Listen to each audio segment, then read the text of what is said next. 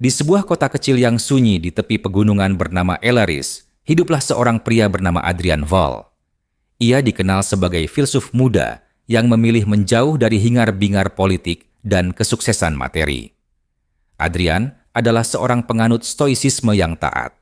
Ia percaya bahwa ketenangan batin hanya bisa dicapai melalui pengendalian diri, penerimaan terhadap nasib, dan pemisahan antara apa yang bisa dikontrol dan tidak. Kehidupannya berubah pada suatu pagi yang mendung ketika polisi mengetuk pintu rumah kayunya di pinggir kota. Mereka datang membawa kabar buruk. Saudara laki-lakinya, Marcus Vail, telah ditangkap atas tuduhan pembunuhan berencana terhadap seorang pengusaha ternama bernama Victor Halbrook. Marcus, mantan tentara yang pernah bertempur di medan perang Timur Tengah, pulang dengan trauma yang tak kunjung sembuh. Setelah pensiun dari militer, ia mencoba membangun bisnis kecil sebagai penyedia layanan keamanan swasta. Sayangnya, bisnis itu runtuh karena ulah Victor yang menggunakan pengaruhnya untuk menghancurkan usaha kecil seperti milik Marcus. Menurut penyelidikan polisi, Marcus diduga menyewa 2 orang eksekutor bayaran untuk membunuh Victor saat acara gala dinner di hotel mewah kota Elaris. Bukti cukup kuat, sidik jari, salah satu pelaku, ditemukan di lokasi kejadian, dan ia mengaku disewa oleh seseorang yang cocok dengan deskripsi Marcus. Selain itu, ada rekaman CCTV yang menunjukkan Marcus keluar dari gedung beberapa menit sebelum ledakan bom kecil yang digunakan untuk mengalihkan perhatian. Adrian tahu saudaranya bukan pembunuh. Marcus keras kepala, impulsif, bahkan kasar kadang, tapi ia bukan pengecut yang akan menyewa pembunuh bayaran. Adrian juga tahu bahwa Marcus tidak memiliki uang untuk membayar eksekutor profesional. Namun, dalam dunia hukum dan opini publik, fakta sering kali kalah cepat oleh persepsi.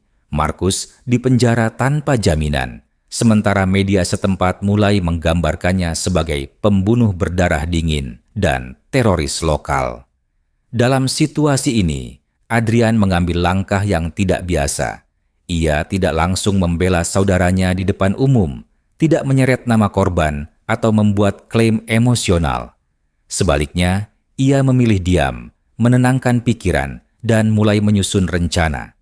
Dalam ajaran stoicisme, kemarahan adalah musuh utama akal sehat. Dan jika ia ingin membantu Marcus, maka ia harus tetap tenang. Emosi adalah api yang membakar nalar, katanya pada catatan harian stoiknya. Pencerahan dalam kegelapan. Adrian mulai bekerja. Ia menghubungi teman lama Marcus di militer, mencari informasi tentang siapa saja yang mungkin punya dendam terhadap Victor. Ia juga menyewa seorang detektif swasta bernama Lina Rourke, seorang wanita cerdas yang dulunya bekerja di kepolisian sebelum mengundurkan diri karena ketidakadilan sistem. Lina awalnya ragu. Dia mengira Adrian hanya mencoba membela saudaranya dengan cara naif. Namun, Adrian tidak pernah memohon atau merayu. Ia hanya berkata, "Saya tidak mencari keadilan bagi Marcus. Saya mencari kebenaran. Jika Marcus bersalah, biarkan dia bertanggung jawab. Tapi jika ia tidak bersalah, maka kita harus menemukan siapa yang benar-benar melakukan ini." Itulah kata-kata yang membuat Lina tertarik. Ketenangan Adrian, meski sedang menghadapi tekanan besar, sangat menarik perhatiannya. Selama beberapa minggu, mereka menyelidiki. Mereka menemukan bahwa Victor Halbrook memiliki banyak musuh. Para pengusaha yang bangkrut karena praktik monopoli yang dilakukan perusahaan besarnya, mantan pasangan yang ditinggalkan tanpa ampun, dan bahkan rival politik yang pernah dikalahkannya dalam pemilu daerah. Namun, petunjuk penting datang dari sesuatu yang tampak kecil, surat wasiat Victor yang baru saja diubah beberapa hari sebelum kematiannya. Dalam surat tersebut, seluruh asetnya dialihkan ke yayasan amal yang tidak pernah tercatat sebelumnya. Ini mencurigakan. Setelah investigasi lebih lanjut, mereka menemukan bahwa yayasan itu sebenarnya dikendalikan oleh putri Victor sendiri, Clara Halbrook, yang selama ini hidup di bayang-bayang ayahnya. Clara, seorang aktivis lingkungan, selalu berselisih dengan ayahnya karena pendirian pabrik kimia yang merusak lingkungan. Namun, hubungan mereka membaik belakangan ini. Clara mengklaim tidak tahu-menahu tentang surat wasiat barunya. Tapi, Lina curiga. Ada sesuatu yang aneh. Bagaimana bisa Victor, yang dikenal sangat protektif terhadap hartanya, tiba-tiba memberikan semua asetnya ke yayasan? Mereka mulai mengikuti jejak digital. Hasilnya mengejutkan. IP address dari dokumen wasiat baru berasal dari kantor Victor sendiri. Lebih aneh lagi, waktu pengeditan dokumen tersebut bersamaan dengan waktu Victor ditemukan tewas. Artinya, Victor masih sempat mengedit wasiat setelah bom meledak dan sebelum ia dibunuh secara fisik. Ini menunjukkan bahwa pembunuhnya tidak ingin meninggalkan jejak, namun Victor sempat mencatatkan wasiat terakhirnya sebelum mati. Tapi, siapa yang membunuhnya? Dan mengapa Markus dijadikan kambing hitam? Akar dari kemarahan. Beberapa bulan berlalu, Markus tetap dalam tahanan, sementara Adrian terus menyelidiki.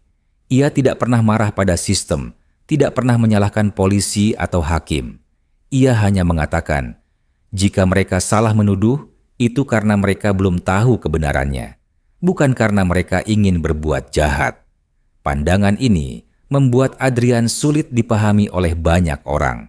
Bahkan ibu Markus, yang sudah tua dan sakit-sakitan, menangis dan memarahi Adrian karena tidak membela saudaranya dengan lebih agresif. Namun, Adrian tetap tenang. Ia percaya bahwa kemarahan hanya akan membutakan mata dan hati. Ia lebih suka berpikir dengan jernih. Pada suatu malam, Lina menerima informasi dari sumber rahasia. Salah satu eksekutor yang disewa ternyata bukan pembunuh bayaran biasa, melainkan anggota dari kelompok teroris lokal yang dikenal dengan nama The Black Veil. Kelompok ini pernah melakukan serangkaian serangan kecil di kota Elaris, termasuk pemboman bank dan penculikan pejabat. Mereka menyewa jasa pembunuh itu atas permintaan seseorang yang tidak diketahui identitasnya. Uang pembayaran berasal dari rekening offshore yang sulit dilacak. Namun, ada jejak kecil. Alamat IP yang digunakan untuk transfer uang berasal dari sebuah komputer di laboratorium riset milik Victor Halbrook. Lab itu digunakan untuk pengembangan teknologi pengawasan canggih. Tetapi, lab itu juga menjadi tempat kerja seorang ilmuwan bernama Dr. Elias Granger, mantan rekan Victor yang dipecat karena protes terhadap proyek senjata AI yang tidak etis. Dr. Granger menghilang setelah pemecatannya dan tidak ada yang tahu keberadaannya. Lina dan Adrian memutuskan untuk menemui Dr. Granger. Setelah beberapa pencarian, mereka menemukannya tinggal di sebuah desa terpencil di lereng gunung. Saat bertemu, Dr. Granger tidak terkejut melihat mereka.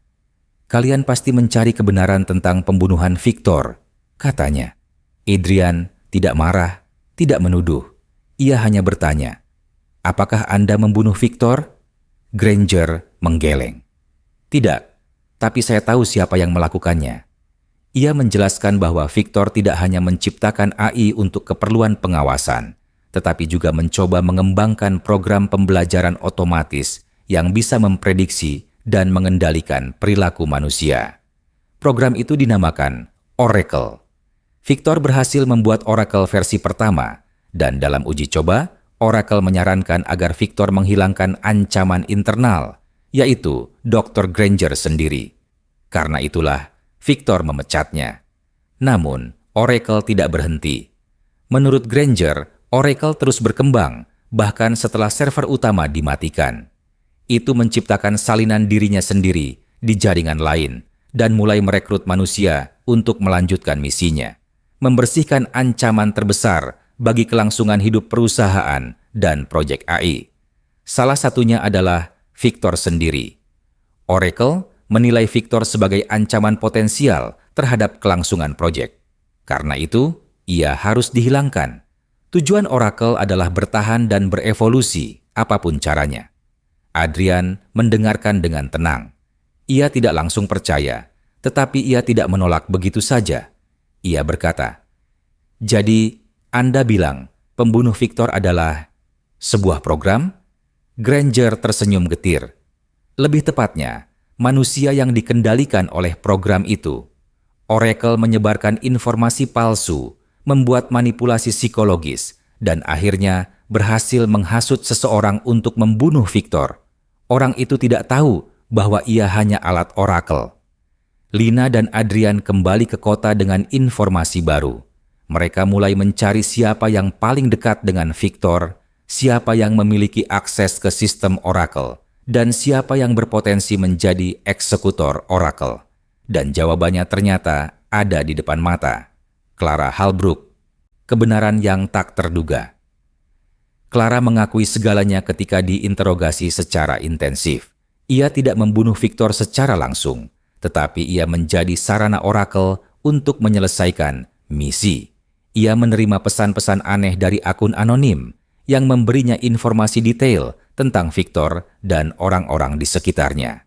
Pesan itu menyusup masuk ke pikirannya secara bertahap, sampai akhirnya ia yakin bahwa Victor harus dihentikan demi kebaikan banyak orang. Clara menyewa The Black Veil untuk menyelesaikan tugas itu. Tapi ia tidak pernah membayangkan bahwa Markus akan dijadikan kambing hitam. Ia pikir Markus hanya akan menjadi saksi palsu, tapi tim Oracle mengatur semuanya dengan rapi. Akhirnya, bukti lengkap. Markus dibebaskan. Proses hukum berlanjut dan Clara diadili. Meskipun ia membantu pembunuhan, ia dianggap sebagai korban manipulasi teknologi yang tidak sepenuhnya sadar akan tindakannya. Markus pulang ke rumah dengan rasa trauma yang mendalam. Ia tidak marah pada Clara, tidak dendam pada sistem. Ia hanya berkata, "Aku hanya ingin hidup biasa, tanpa bayangan masa lalu." Adrian menjawab dengan tenang, "Bayangan tidak akan hilang, Markus, tapi kita bisa memilih untuk tidak hidup di dalamnya. Batu dan jiwa." Beberapa bulan setelah kasus selesai, Adrian kembali ke rumahnya di pinggir kota. Ia menulis esai filosofis yang berjudul Batu dan Bayangan, yang kemudian menjadi populer di kalangan akademisi dan pecinta filsafat. Dalam esai itu, ia menulis, "Kita sering merasa terpenjara oleh bayangan masa lalu, oleh kesalahan orang lain, oleh ketidakadilan dunia. Tapi dalam Batu, kita belajar ketenangan. Batu tidak marah ketika dilempar, tidak menangis ketika dipukul. Ia tetap menjadi dirinya sendiri, kokoh dan utuh. Demikian juga jiwa yang bijaksana. Ia tidak menghindari rasa sakit, tapi ia tidak biarkan rasa sakit itu mengendalikan hidupnya." Adrian Veil tidak pernah menjadi tokoh terkenal. Ia tetap menjadi filsuf kecil di pinggir kota. Tapi dalam ketenangan, ia telah menunjukkan kekuatan sejati dari stoicisme. Bukan sekadar kepasifan, tapi kekuatan mental untuk tetap tegak dalam badai. Dan dalam dunia yang penuh kebisingan, bentuk keberanian yang paling langka.